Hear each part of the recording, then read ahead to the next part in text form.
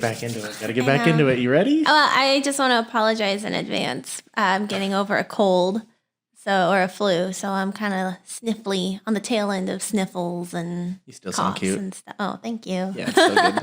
I just apologize if there are any gross flu noises that happen. That's the intro right there. That was it.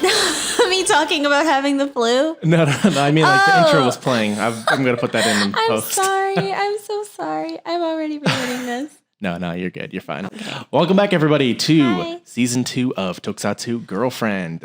Yay! You may notice we have cameras now. Yay! Ow. So you can see us talk. We will hopefully get this looking better because our room right now, well, the office is kind of messy. It's exciting though. We have an office. I know we have a space to actually do this where we're not like cramped in like a little bedroom, just like sitting on the edge of our bed.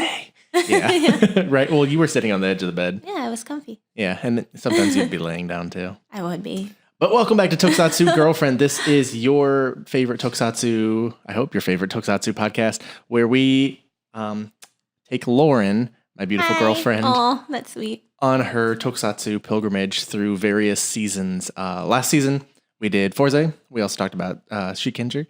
And this season, we did GARO. So we're going to start off a little slowly. We got episodes 1 through 12, I think was our first break. Yeah. And we just finished watching those like probably an hour ago and got all this set up. And we're here to talk about it. So if you guys haven't watched GARO, please, episodes 1 through 12, we're going to have spoilers, obviously. Yeah, just a bit. But GARO. Okay, so you've seen a Sentai. Yeah. It took me a second. I was like, yeah, GARO was great. So you've seen a Sentai. Yes, Shinkanger. Yes, and you've seen a Kamen Rider. Yes, I have. Forze. And you've seen a little bit of Ultraman because I've been watching some of those on and off. Just a tad bit. And now we have our sort of third-party Tokusatsu with GARO. GARO. So just thoughts. What do you think about this? I love it. I believe it was Kiara that said that, this is actually more of an adult kind of Tokusatsu. It's darker. It's not going to be as, I guess you could say, kid-friendly as like, Shinkanger or Forze. Right. So I was actually really here for it. I've got like this bubbly, happy personality, but I really love like dark shows and like dark animes, stuff like I really love stuff like that. So as soon as she told me that this was like a really dark Tokusatsu, I was like, sign me up. I'm here. I'm interested. And it hasn't disappointed. I love it. I'm here for it. If you didn't know, Lauren is a Slytherin, so this kind of speaks to her on a couple of levels. What does that mean? I don't know. There were some things that were questionable, that were bad happening, and I could hear you laughing or like cheering it on. No.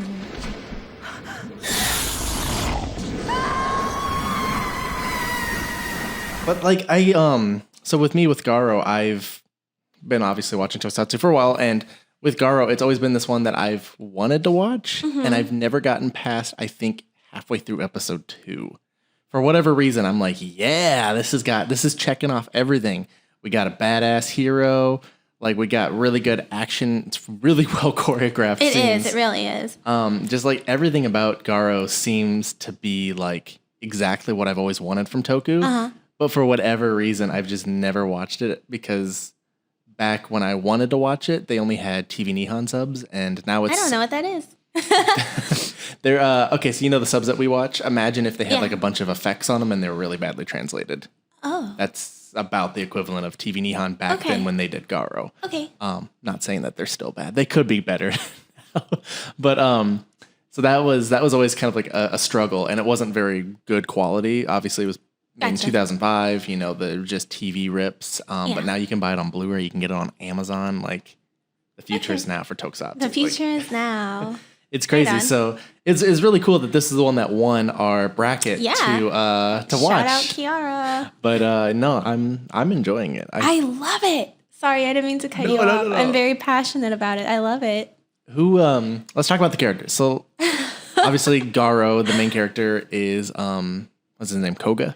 Kuga. Koga. Kuga. Koga.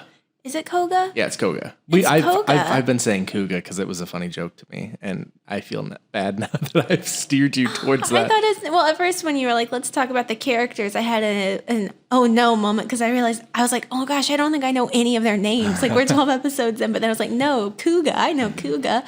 Apparently I'm wrong. His name is not Kuga. So tell me about Koga.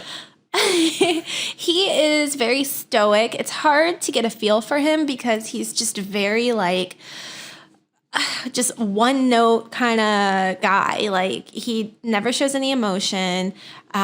He's just very focused on his mission, which is being a Makai Knight, which I think we found out means Hell Knight, which is super cool. He's basically like a demon hunter, right? Mm-hmm. Okay. Yeah.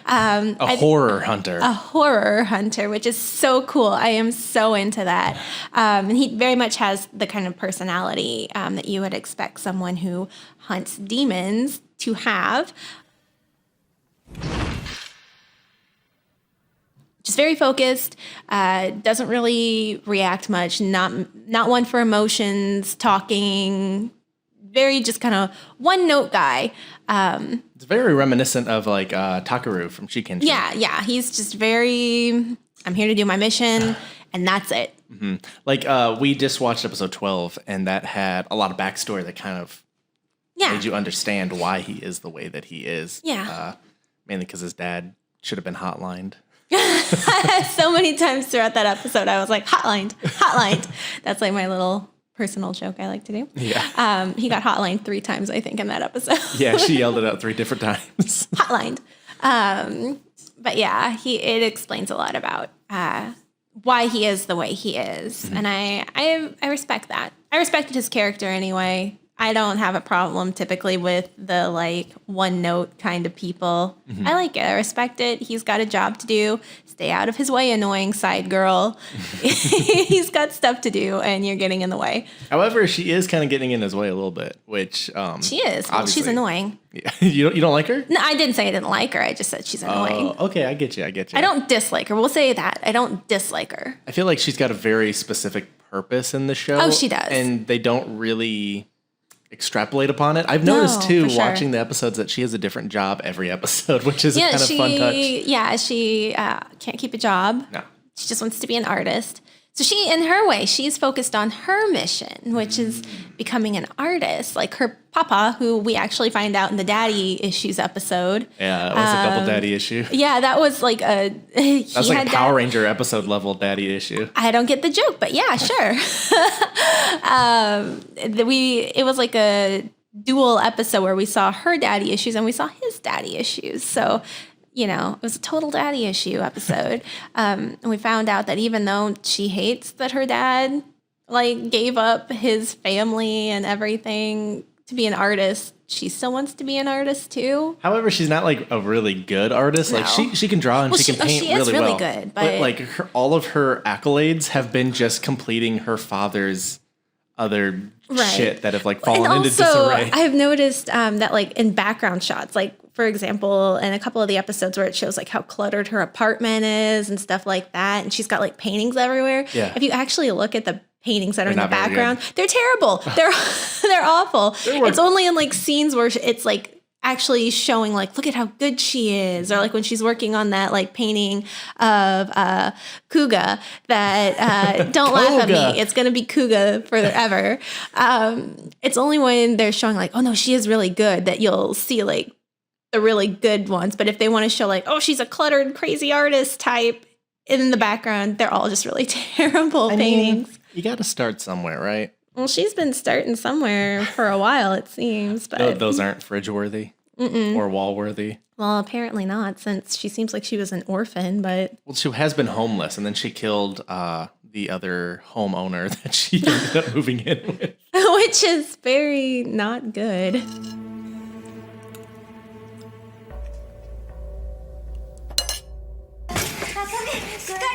Who else do we have? We about halfway through these episodes, we have Greasy Boy. Greasy Boy. That's what we've just been calling him. What is his name? I don't remember, but he is very greasy. His hair is gross. He needs a shower.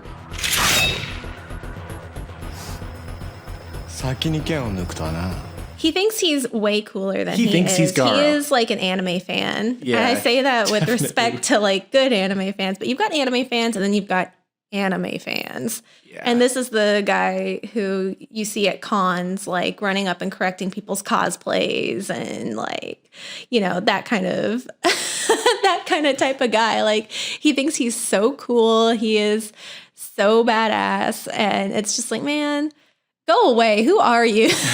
We're talking about the secondary hero or the secondary Makai Knight in the show.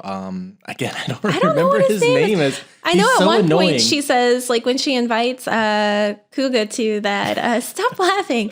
You did this. This is my fault. This is not my fault. When she invites him to that game show and he's like, no, I'm good. I don't want to go to a game show, which of course he doesn't. What did she think he was going to say? Yeah.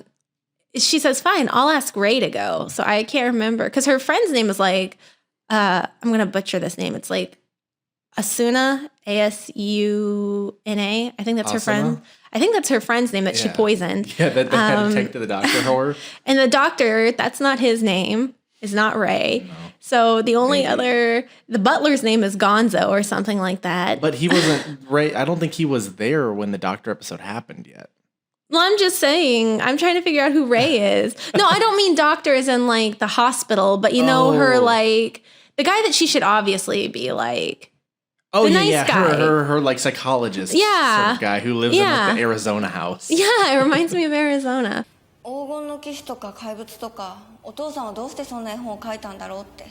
The guy who has done like nothing terrible so far. I'm sure we're going to find something he's out. He's probably the main villain. Yeah, we're going to find something awful out about him. But so far, he seems like a really nice, considerate friend to her. And she wants nothing to do with him except to do jobs for him. And then she's like, give me some money and I'm out. Yeah. By the way, I've got this really nice doctor friend who lives in Arizona. But that's why she has no money. She's spending it from flying from Japan to Arizona. That's probably it. His name, I don't know. So I assume that Greasy Boy's name is Ray, but I actually don't know. My favorite character so far is the butler. What's his name? I don't think it's actually Gonzo. It's like Gonzo that's a Muppet. or something like that. Yeah, Gonzo. It's close to that. No, I really like what he's doing in the show. He's very I like him a lot. Subtle. He's my favorite, caring. I think. He's very much like G at like level 4 instead of level 10 like G's always at. Yeah, I love him.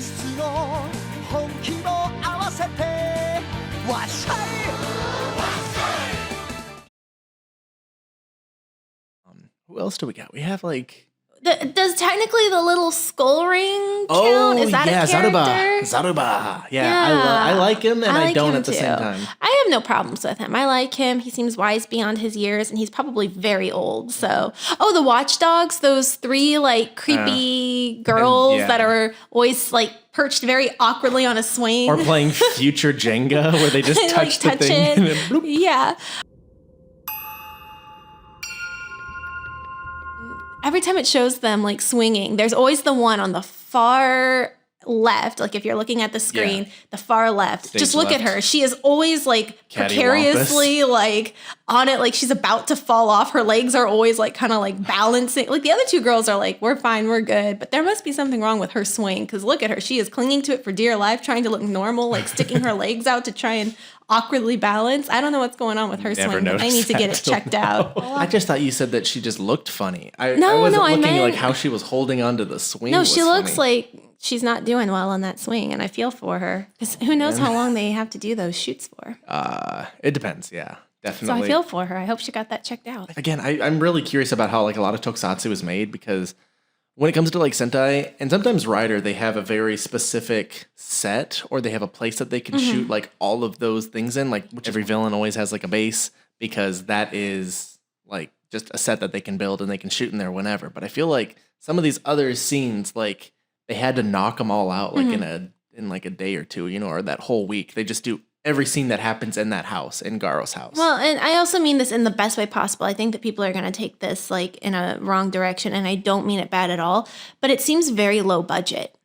Garo? Yeah. Like the show? Well, I mean, not like, See, that's why I feel like I automatically can tell you're like taking offense. And that's not what I mean. Because obviously the effects and that's it's top 2005. notch. That's not what I mean. Yeah. I just mean like the camera quality, kind of like the sets and things like that. And I don't mean this at all in a bad way. I just mean that it seems like very like, I don't know. It's hard because it's the very first one too. It's almost like at this like moment an independent tokusatsu, like where it has like X amount of funding, and it's not going to probably make it back with toy sales for the most part, which is how Sentai and Kamen Rider live. I don't mean it in a bad way at all. I like it. Yeah. I like it a lot. It just kind of seems like, if you compare it to the quality of like Shinkanger versus like camera quality, set quality, things like that of GARO, I just think it's kind of like not quite up to speed, but I don't mean that in a bad way at all. I like it. I prefer it. You should see some Sentai from 2005. I probably will. This looks great compared to some of that shit. I don't even remember what was in 2005. If anybody in chat,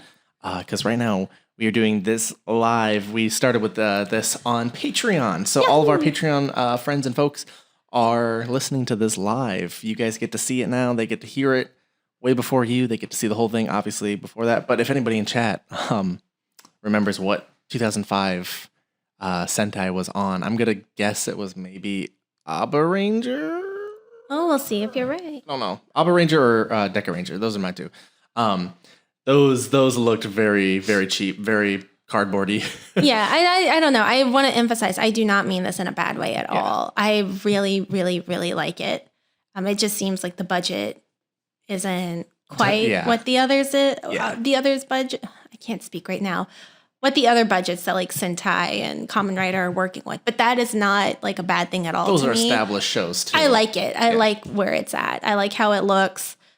Yeah. And it's also, no, I'll wait. I'm just talking about I think that's another reason, kind of like pertaining to the show, where when he transforms into the golden armor of GARO, that it's only 99.9 seconds, because they're like, all right, this is our we gotta budget. get him. My God.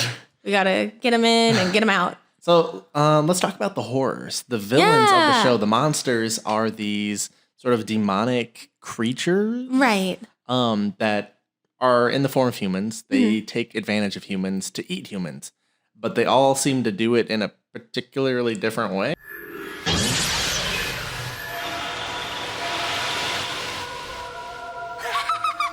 And I do like how they are using actual demons' names. Like, I'm a little bit up on my demonology. Yeah, and she's been pointing them out. Yeah, when they're like, oh, that's the demon Pazuzu. Yeah, I'm like, Exorcist. That is an actual demon. That's the demon of the wind. And if you are up on your movie knowledge, that is the demon that possessed Reagan in The Exorcist was Pazuzu. So that was fun to point out. The one that we just watched an episode ago was the game guy. Dantalion, who's also an actual demon. He's known as the multi-faced demon, messes with people's love lives, which, I don't know, they didn't really go into his actual lore. But it's very cool to me that they're using, like, actual demons' names. I'm like, oh, wow. It kind of, they reference it a little bit, like the monsters themselves. Yeah. But it's interesting. Some of the weirder things that I've, like, noticed through it is just, like I said, like, the weird ways that they enact their terror on people. Like, they had the clown guy who blew up like balloons and like people's faces. Yeah, he got people to attack them. He had like puppets. He had people like suplex one another. Yeah. Like, that was his whole evil plan. Like, that's true. They're gonna suplex one another, then they're gonna froth at the mouth and die, and then I'm gonna roll them into a ball and eat them. I was going to touch on this earlier when I was like, no, never mind. But you kind of brought it up naturally. Is one thing I also really like about GARO is that it's actually kind of scary. Some of the things, like, they're actually a little bit frightening. Like, I think there was like a few times that I've watched where I've like actually jumped or been like, ah. Yeah. I love when you make that noise. I know, like, in the last episode that we watched, where it was kind of explaining his backstory, and the ring is like, do you really think you can handle this? And he's like, yes. And he's like, okay, go ahead and put me on your finger. And as soon as he does, it seems normal. Like the forest got a little bit darker, but it seems normal. He glances around and then he like, the camera pans and you kind of see something and then he pans back. And I just think that Japanese horror has like I'm a big fan of Japanese horror. Like the big giant head like comes crashing down. That was Even at the I was end, like, but oh my God. They just have, Japanese horror is incredible. They know exactly what they're doing. And it was just that quick, like, okay, you can tell something's different now that he's got the ring on. It's a little bit darker, but it seems normal. And it's doing the camera pan and you see something and you're like, wait, what was that? And then it pans back. And it's a woman like with her head like cocked to the side and this like really eerie grin on her face, like really unsettling. And it's just small, subtle things like that.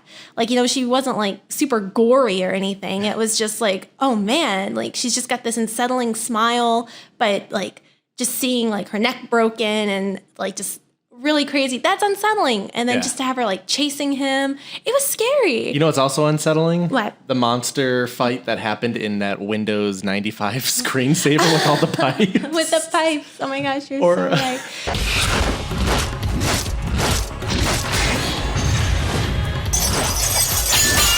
That was with D'Antalion. Yeah, that was. And then they had. I think it was the dumbest episode in this chunk that we watched. There was one episode that we were just like, this one was not good. We stopped it in the beginning because we were having like streaming issues based on like, because I have my server and everything set up. But like, it was that one where it had like one terrible montage after another of these two hunting horrors. And it really just kind of shows you that they're the same, but they're different. Yeah. And that whole episode was just absolutely terrible until the end, where they're not even fighting the monster, they're fighting each other and like that Twin Tower-esque thing.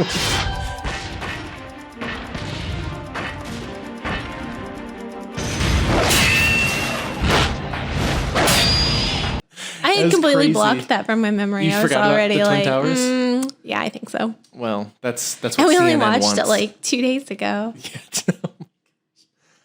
But there's I don't know, there's a lot of unsettling things. Like even episode 1, like the topless painting. That was unsettling. I made you close your eyes. Yeah, she did. But like even like things like that, like you can just immediately tell that this is a different brand of like show, like a hero of kind of danger. Like a lot of Sentai is very goofy danger. Yeah. A lot of Kamen Rider is kind of like skirted around. Like it has the capacity to be really kind of crazy or dangerous. Like I like what 01's doing, where they have like all of the androids like kind of scurrying towards you. And there's a lot of potential there, but they don't really fixate on it. But GARO really just shows you like this woman and she's like, I'm gonna eat you. What? And then she takes like a giant bite out of the side of this dude, and it's like you just, I don't know. I feel for it. I feel like I'm super conditioned to not seeing that. So when I see it, I'm like, oh my. Yeah, the violence is like really there, you know? They're not messing around. Like someone is really going to get messed up and hurt. And the Makai Knights, though, I love their armor. I do too. Some of the monster designs really cool. Like when they're not doing like that giant clown thing. Yeah, but I did like how it kind of made like carnival-esque noises, like every time it would move. I knew you wouldn't like that, but I was like, ooh, really goofy. I like this detail. So we finished the first half of season 1. Yeah. Where do you think the show is going to go for the second half? Wow, Squall, that is a great question Tell me that more. I don't know. Oh. There's got to be some significance to like who her dad is and what role she plays in this. I think there's more to her than just, she was stained by the blood of a horror, which we haven't touched on in the podcast. So if you, I mean, you guys, if you're watching this, you should hopefully obviously know. have seen the first episode, or at least, the first 12 episodes, or even the whole thing. But like in episode 1, she gets the blood of a horror on her. Which we find out means you've got 100 days to live. She's basically Kamen Rider Ghost at this point. And she's not just going to die, but what's his face? Greasy Boy tells us that Not the good Greasy Boy.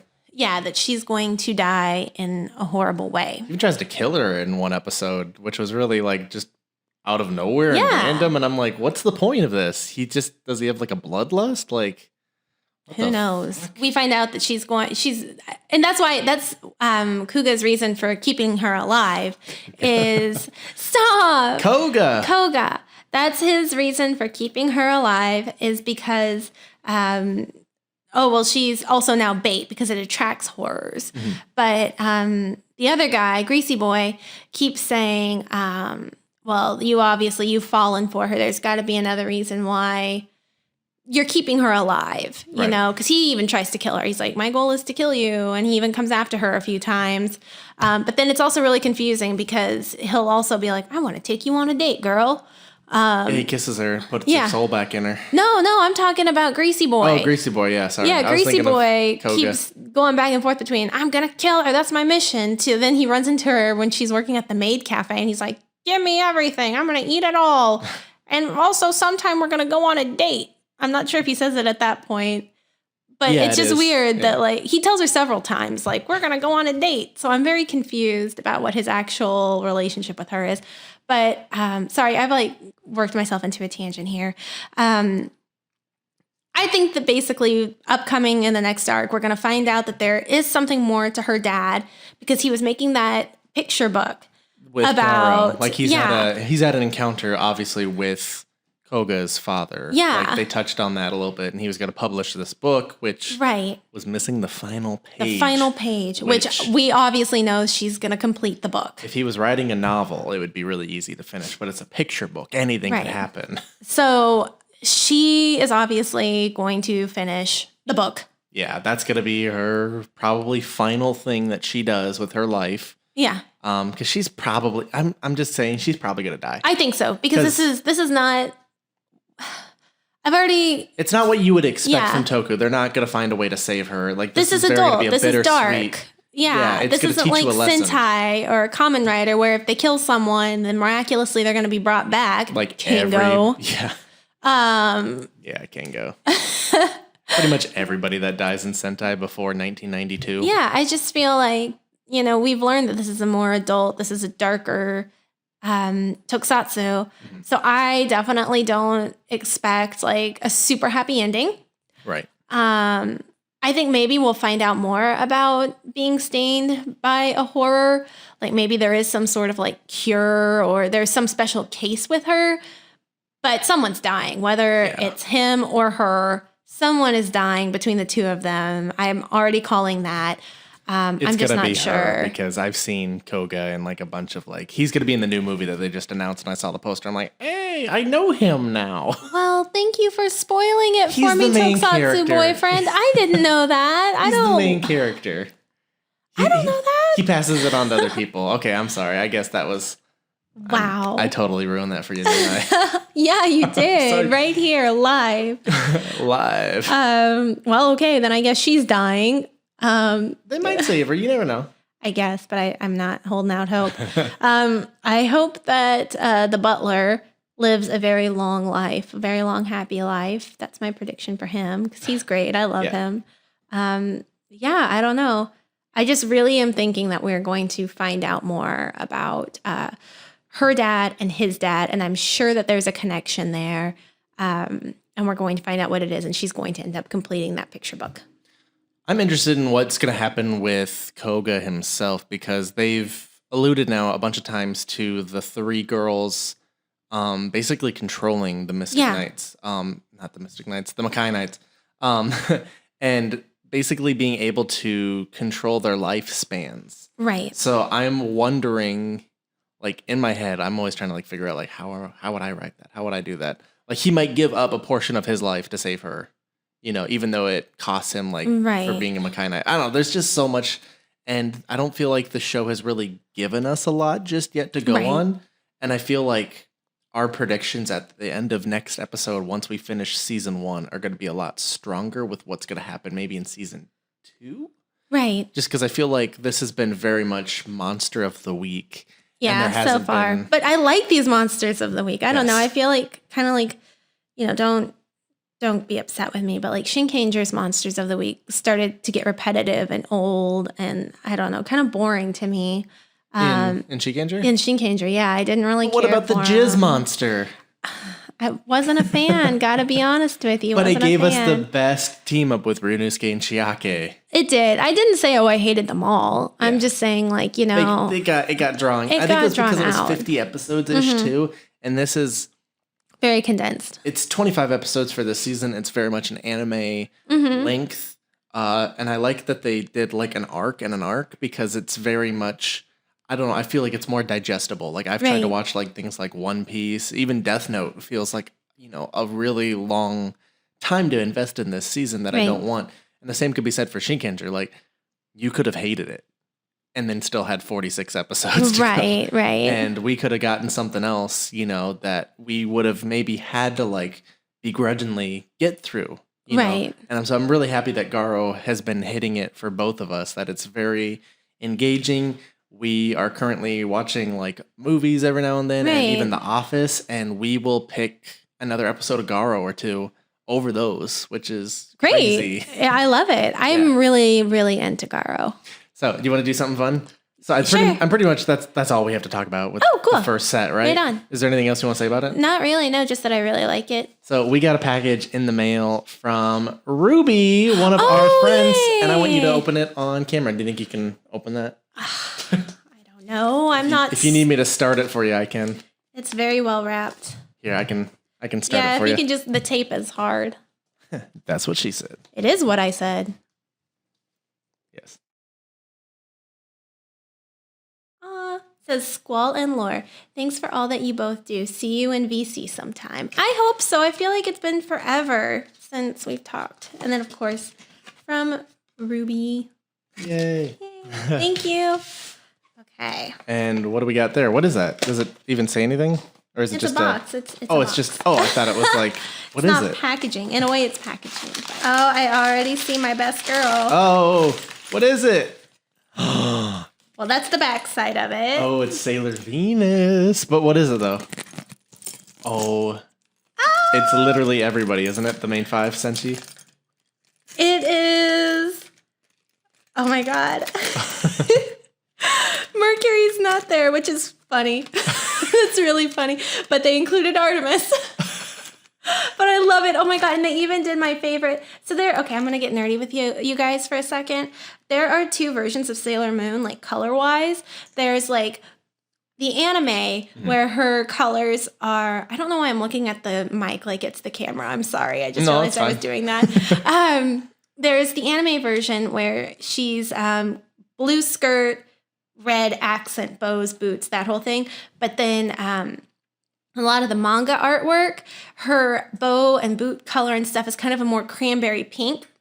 And that's what we've got going on with this one, which is my favorite. I like that more. Yay. I like the kind of like cranberry pink color. But this is so cute. Oh my God. Thank you so much, Ruby. I don't know. I'll try and get all of them. Like, it's hard to see. Got Artemis. Then we've got Sailor V, well, technically Venus, but V-Chan. Then we've got Sailor Mars, Sailor Jupiter, and of course, Sailor Moon.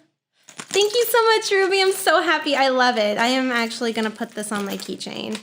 I love it so much. I thought that would be fun to open up. It is, because you do all your unboxings. So now I have mine. Oh, I'm so excited. Do you want to, Yes? answer some questions? Yes, I do. I need to detach myself from this. So this is the part of the podcast that I wanted to kind of start doing where we answer some questions. So I'm going to pose this after the episode goes live. You guys can ask comments or questions in the comments. You can ask questions on Twitter.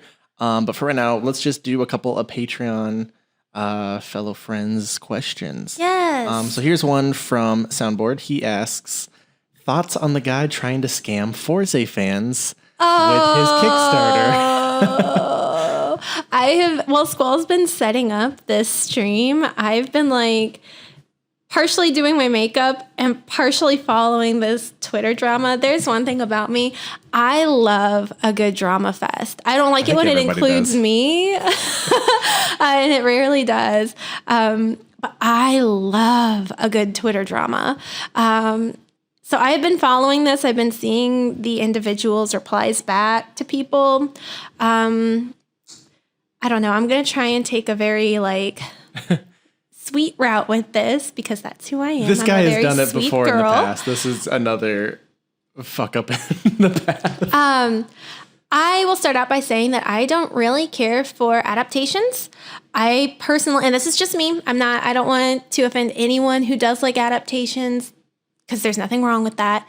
I just personally don't see a reason to take this show that to me is already perfectly great and be like, okay, well, the Western audience, aka Americans, need a version of this. They need a version for them. Yeah, it's just kind of, I don't know. I don't want to get into like... This is why we need to adapt Ghost. Because it's for nobody right now, and it could at least be for us. I don't see why we need to do that.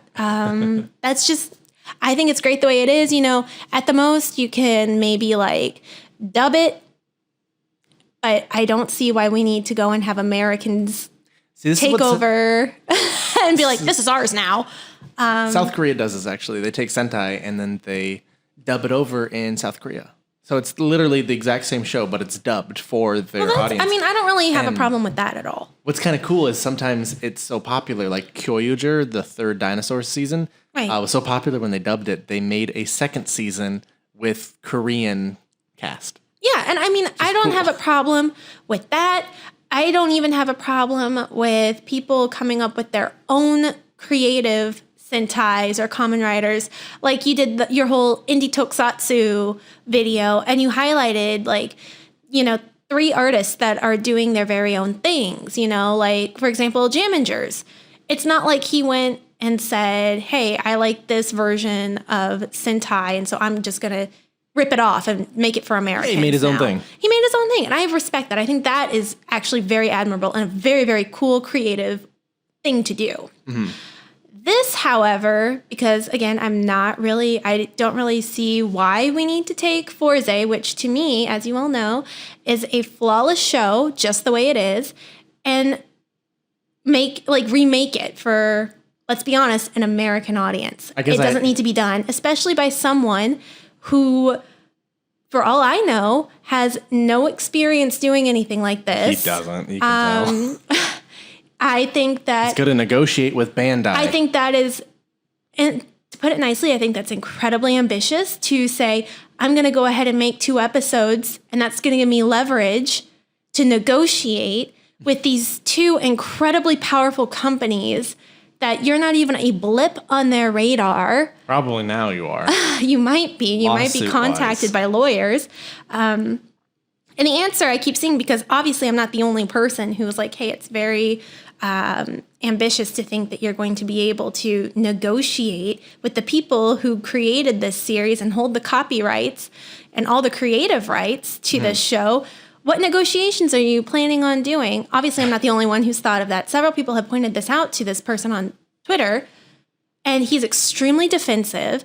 And the response I keep seeing him post is like a copy paste of, well, my manager has connections to the people who make Power Rangers, and so they know how to go about this, and it's not going to be a problem. That's a weird thing to call your mom.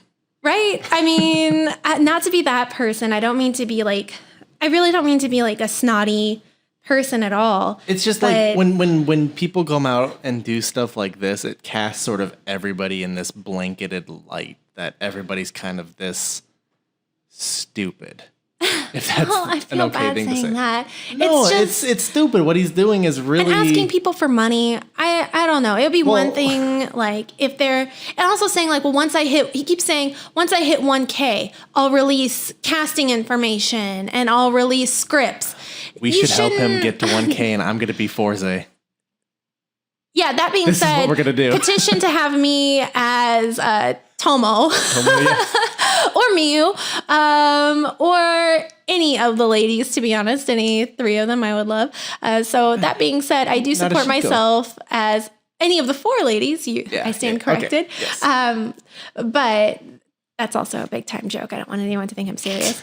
I don't know. I don't support it. I think it's highly ambitious, to put it very nicely. And I don't know. I'd like to say that I wish them the best. I don't wish them any ill will. But as someone who doesn't think that we need to be over here remaking, stuff for a Western, aka American audience, I don't know. I can't support it. Sorry. Honestly, and I think that it needs to be coming from someone who actually has the backing power, not just someone who gets into Twitter fights and spells you, literally the letter U. You know, I can't take someone who's trying to ask me for $100,000 seriously if they can't even take the time to spell out YOU. Well, see, this is why it's just easier instead of him writing up the entire, what he wants to do. He just goes in there and says it. Right. He walks into a Bandai board meeting and says, all right, boys, I got something for you. And they say, we do too. Here's a lawsuit. You've been served. They put the cuffs on him. He Anyway, goes to sorry, go Bandai ahead. jail. So with that, I had another quick question. What are your thoughts on Kamen Rider Meteor? This is from Kronos. I love Meteor. Are these questions all for me? Because I feel like I'm monopolizing this. I'm sorry. No, it's okay. We can just kind of quickly bump through a bunch of I these. love Meteor. I actually like Meteor more than Force. What? I'm sorry. I do. Everyone always tells me, oh, you're Gintaro, you're so friendly and nice. But I was thinking about it the other day at work. You're Meteor. I'm Meteor. You really are Meteor. Specifically that scene where they're like, yeah, Ryusei is so cool. We love him. He's our best friend. And he's like, wow, you guys are so great. Thanks for including me and everything. And he's got that fake smile on. And then as soon as they turn away, his smile fades and it does his inner monologue. And he's like, oh my God, these people are idiots. That's you. Me. I'm That is Gentaro, me. if anything. Can you tell the people that I'm Gentaro that I'm super happy? He is. I am definitely the Meteor tier Forze. I'm always trying to help people. I'm always trying to get everything to where it needs to be. You want to be everyone's friend. I really do. And that's not just It's not an act. It really is. They'll be there are people that I don't agree with that I'm not friends with. And I've kind of, it's hard for me because I want to still, help them or be their friends, but I just know it's not going to happen. There's a lot of, But you still try and it annoys me because I'm like, what are you doing? Yeah. They don't deserve your kindness, your friendship. And I don't know. I love Meteor though. 10 out of 10. Favorite. 10 out of 10. Oh, hey, it's your favorite. Yeah. So a question for me. Why do I pronounce horrors as whores? Do you? I guess maybe, I don't know. I have an accent on certain things, and I hear it in the show, and it does sound like the Japanese accent are saying horrors. That's just how they say it. They don't go horrors. Well, I think anyone they does. Go horrors. Unless you're really trying to enunciate. I think it always sounds kind of like that. So any last comments, questions, ideas on GARO episodes 1 through 12? From me? Yeah. Oh. Anything? I thought you were posing that to the chat in case they had others. Just that I am really feeling it. Just one final comment. I know it doesn't really fit in anywhere else. I just want to know if anyone else got this vibe. But the episode with the girl who was looking for fingers. Oh, yeah. That was happened. very reminiscent of Audition. Yeah. The room that she was in, the girl herself looked a lot like that character, that actress. And I just want to know and if her portal arms was definitely from Audition. And taking the body parts. Yeah. I don't know. Like I said, I'm a huge Japanese horror fan. So I just want to know if that was me reading too much into it or if anyone else who has seen Audition as well as that episode of GARO, if you guys also got that vibe. Because if so, I thought that was really tastefully done, a really nice kind of subtle nod to Audition. And if you haven't watched Audition, do it. It's a really good movie. But anyway, I think that was a subtle nod to Audition, which I really liked. It kind of makes me wonder how many other kind of subtle Japanese horror nods there are. Horror nods. Horror. And I really love the whole thing. I am very into this and I am excited to see where this goes. The one thing that's always bothered me with GARO and was made it harder to kind of get into at first was it's not very well laid out, what comes where, what comes here. Sentai and Kamen Rider are super easy because it's okay, it's just this season. They have a couple movies and they do a team up and then they fuck off, Right. With GARO, it's there's multiple names for the season. So the one we're watching is called Chapter of the Black Wolf or some shit. But it's also called 2 or 3 other things. And so I was always just is this what it is? Oh, and you go to different Wikipedias and they're different. And I'm always just what the fuck, Right. And so that's always bothered me. And I don't know. I just wanted to kind of point that out and just, you know. But anyway, that is our podcast for Tokusatsu Girlfriend Season 2. Episode 1. Yes. Well, technically, this will still be episode 7. Well, I think I might get rid of that. I don't know. On the podcast apps, it'll still say episode 7. Oh. But on YouTube, it'll just be like GARO episode 1, whatever. Okay, I get Tokusatsu that. Girlfriend, something like that. And before we go, I just wanted to say thank you to, I've seen the comments from a few people being like, oh, I love Tokusatsu Girlfriend. I can't wait for the next season. Yeah. I do see those, even though like it's like on Squall's channel or like his stuff, he'll show me. And I just want to tell you guys how much that means to me. That's really, really sweet. The fact that anyone is listening to this. And watching now. And watching, yay. That it really, really means a lot to me. And I hope I'm doing justice to your, series and everything that you guys like, because it means a lot to me to do that. So thank you for listening to me and being so kind. Yeah. Yeah, I just wanted to say that. And like when it comes to like a lot of my content that I put on the channel, like this one is definitely set up aside. Super fun, super easy, super casual. I don't get really stressed out a lot over it. I get kind of annoyed like with some of the comments, but I think that's to be said with anything. Some of the comments, I haven't seen anything bad. No, I just mean like in general. Oh. Yeah. Okay. But no, I like doing this. It's fun. I do too. And we get to watch Tokusatsu together. Hopefully everybody that watches the show, we all watch it together. So with that in mind, the next episode 13 in GARO, is a recap episode. There's a little bit of story in there from what I've been told by Kiara. She's our guide. She is. We need her on this. Yeah. But basically episodes 13 technically, 13 to 25 are the second arc of the first season. So I feel like let's finish out the first season and we will come back and do the next episode. So get watching, guys. Yay! Thanks for listening and thanks for watching. Thank you. We will see you guys next time on the channel with more content. Who knows what that'll be? Who knows? But now you have an office to film in. So. We got an office. We have a new apartment. Patreon got to see a video of that. Yeah. We're going to do one, of course, later after. I need to do some more decorating. Everything is up and running, which could take weeks. I caught the flu this past week. We were supposed to hit everything super hard, organize our closets, kind of find stuff to put away and just make sure everything has a home. But I got the flu.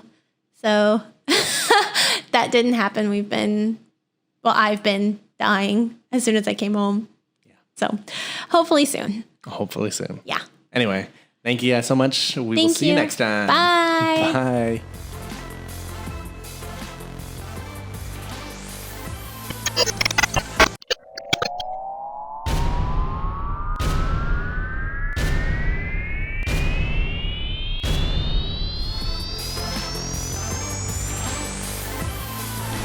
Huge shout out to all those who make this podcast possible, like Kiara Kutsune, Caleb Yap, HPG, Ben Schnagel, Sarah Knight, Freddie Knudsen, A Frozen Traveler, Timothy Cardenas, Soundboard, Damon Busker, Ben Bartholomew, Stephen H., Chris Fabinski, Mark Nielsen, Sean Smith, Mark Patrick, and Jesse's Demented Designs. Thank you guys so much.